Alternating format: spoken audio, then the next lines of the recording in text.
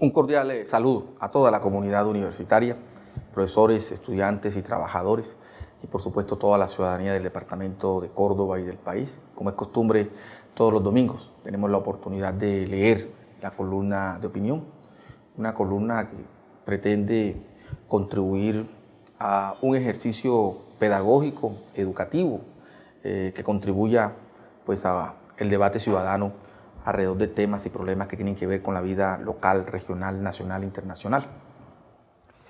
En la última columna inicié el análisis de un tema importante que tiene que ver con la dinámica política nacional, los niveles de polarización en que el país se mueve en términos políticos, que pareciera pues una especie de canibalismo entre sectores políticos por ganarse el espectro de la ciudadanía. Y que requiere, por supuesto, un ejercicio reflexivo de lo que significan esas opciones políticas. Opciones políticas que configuran, digamos, la tradición política en la cultura occidental. La vez pasada hice una distinción alrededor de lo que es el centro y la derecha en términos políticos, tratando de analizar el contenido de ambas acepciones y mostrar de que, por supuesto, las democracias se construyen sobre el debate civilizado, y el debate civilizado implica argumentos y propuestas, idearios, agendas que contribuyan a la transformación de una sociedad. Y es allí donde se da, digamos, ese debate político, donde son los ciudadanos los que se inclinan alrededor de esas apuestas y propuestas que reivindiquen derechos y que permitan que una sociedad avance. Pero también en la forma como se vivifican las democracias, ¿sí? Cómo se fortalecen las democracias. Pero también en el debate de esas opciones políticas también puede darse la muerte de las democracias. Cuando esas opciones políticas se anulan, cuando esas opciones políticas se excluyen, cuando se niegan y cuando es el uso de la fuerza o la violencia la que se convierte en el factor determinante. Es allí precisamente donde las democracias tienden a anularse y a negarse. Hoy quiero continuar con el análisis, porque creo que el análisis se necesita hacer, y se necesita hacer para contribuir a despejar dudas y temores alrededor de narrativas que día a día uno ve que se construyen y que se difunden, y que en el fondo lo que generan son anulaciones mutuas. Yo creo que lo que esperamos los ciudadanos del ejercicio político y del debate político son ideas y son propuestas sobre las cuales podamos inclinar nuestras voluntades y nuestras preferencias, sin que eso implique la descalificación, la anulación y la negación. Ahí se mide el nivel de una cultura política, y creo que eso requiere un trabajo sensato, racional y permanente de quienes generamos opinión, pero también de quienes tienen el liderazgo en los medios de comunicación, porque esa es una función de los medios, educar, y la educación implica mostrar las cosas como son, con la mayor objetividad posible. En el día de hoy, y continuando con esta reflexión, he hecho un análisis sobre lo que significa el centro como opción política. Hablé de la izquierda y hablé de la derecha. Vamos a hablar del centro. ¿Qué es el centro realmente?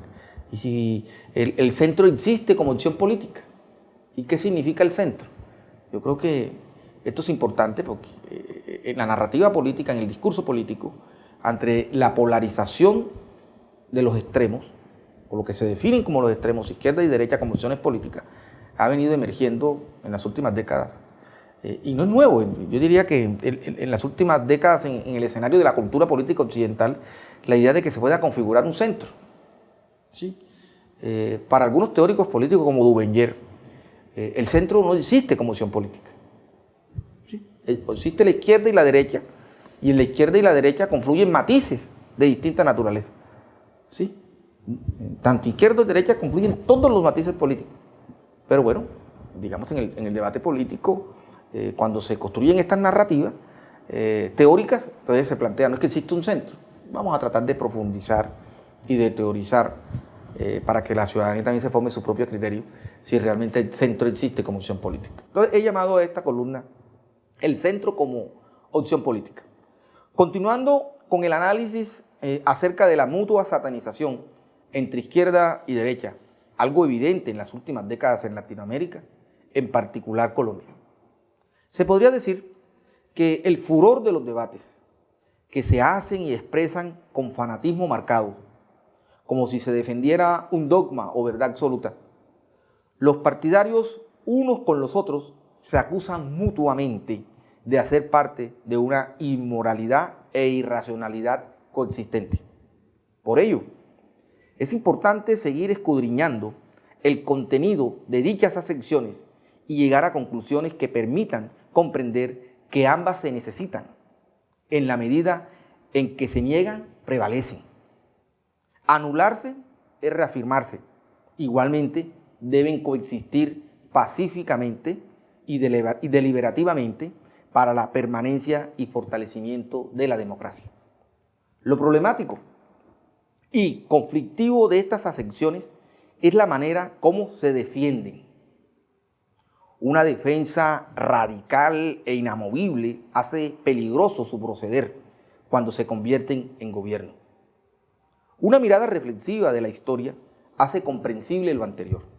Recordemos los regímenes comunistas de la Europa del Este, los cuales se centraron en una defensa férrea del Estado, en el manejo de la economía y la vida social, generando un totalitarismo de un Estado que anuló las libertades y empobreció económicamente su población.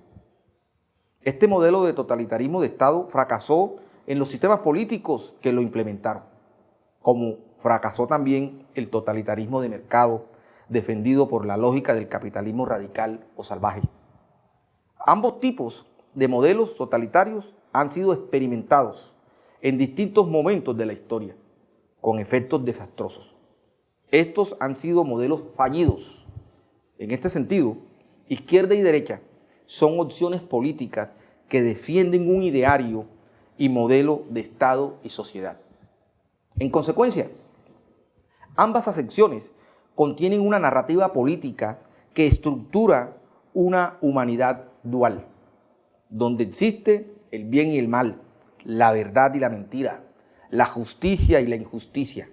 Izquierda y derecha son fuentes teóricas donde ha emergido la teorización con la que se ha construido modelos de Estado que responden a determinado orden social, inspirando procesos de emancipación mutua.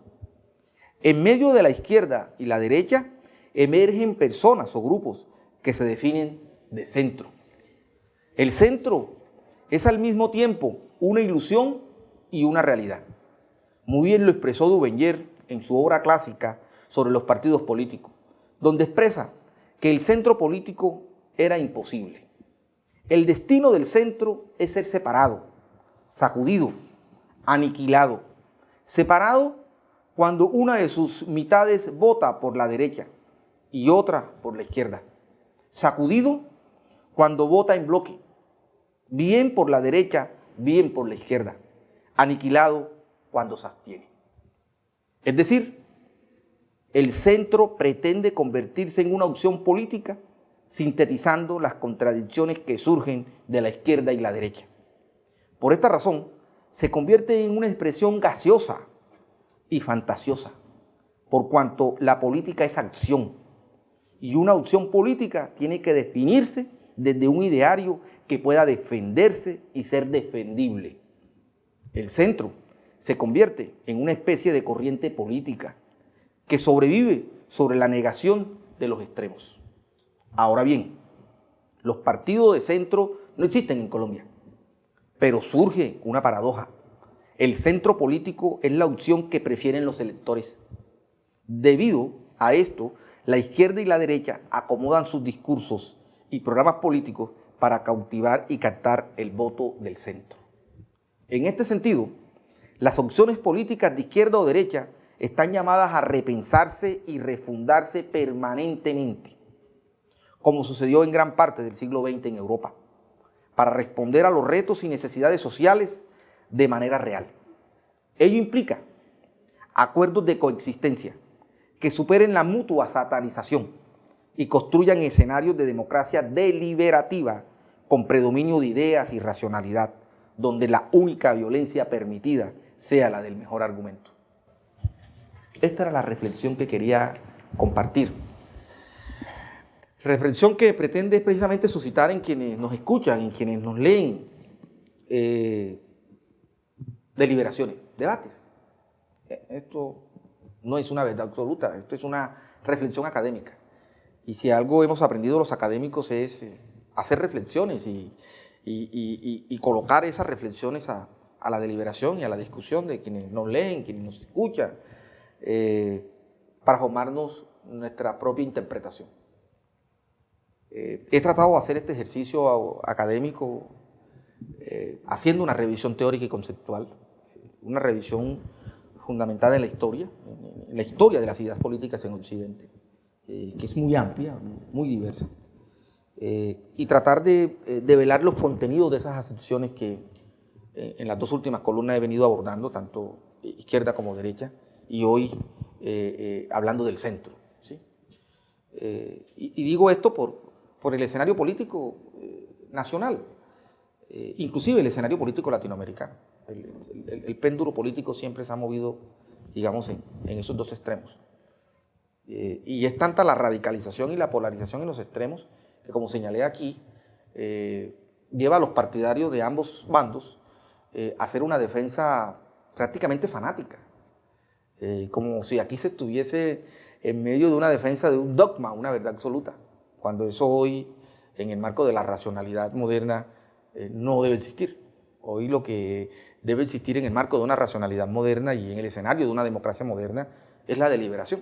Por eso Habermas habla de la democracia deliberativa, porque la democracia deliberativa es eso, cómo las opciones políticas argumentan sobre un ideario de nación, sobre un ideario de sociedad, sobre un modelo de Estado, y son esos argumentos los que permiten construir el entendimiento y los acuerdos sobre los cuales una sociedad puede organizarse y puede funcionar de manera civilizada. En eso consiste la democracia deliberativa. Y las ideas se debaten, y las ideas se discuten, y siempre hay apertura en la discusión de esas ideas. Pero cuando no sucede eso, y las ideas se defienden de manera cerrada, es allí donde se convierte en una especie de dogma o verdad absoluta, que lo que genera es exclusión y genera violencia. Y es allí donde las democracias comienzan a morir, porque las democracias se alimentan de la diversidad y del ejercicio libre de expresar esa diversidad desde el punto de vista de la reflexión. Así que, digamos, en esos extremos tiende a surgir una teorización que se define como de centro, pero cuando uno escudriña y profundiza alrededor de lo que es el centro, encuentra que el centro termina alimentándose de esas contradicciones de los extremos y construir una narrativa que yo defino gaseosa, fantasiosa, porque no está definida. Y la política es acción, y la acción es la defensa de un ideario, donde se toman posiciones que se defienden y que puedan ser defendibles. Eso no lo hace el centro. Por eso el discurso del centro es un discurso etéreo, gaseoso. Por eso Duverger lo dice, pues, el centro no existe. Y comparto con Duverger en la historia de las ideas políticas, sobre los partidos políticos, esa apreciación. Por eso es claro cuando dice el centro es ser separado, sacudido, aniquilado, separado cuando una de sus mitades vota por la derecha y la otra por la izquierda, sacudido cuando vota en bloque, bien por la derecha o bien por la izquierda, y aniquilado cuando se abstiene. ¿Sí?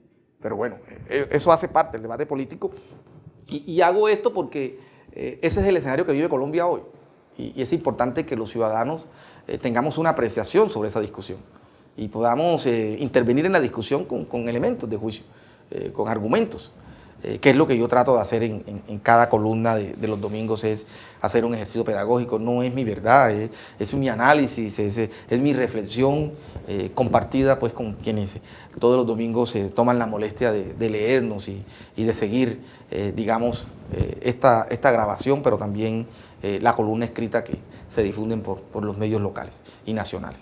Así que pues quería hacer esta reflexión, voy a seguir profundizando en la misma, doy estos elementos, pero continuaré en las próximas columnas abordando esta realidad para poder llevarlo a un terreno mucho más práctico, mucho más pragmático, que nos permita entender cómo estas acepciones hacen parte de la vida cotidiana y cómo define y configura la cultura política local.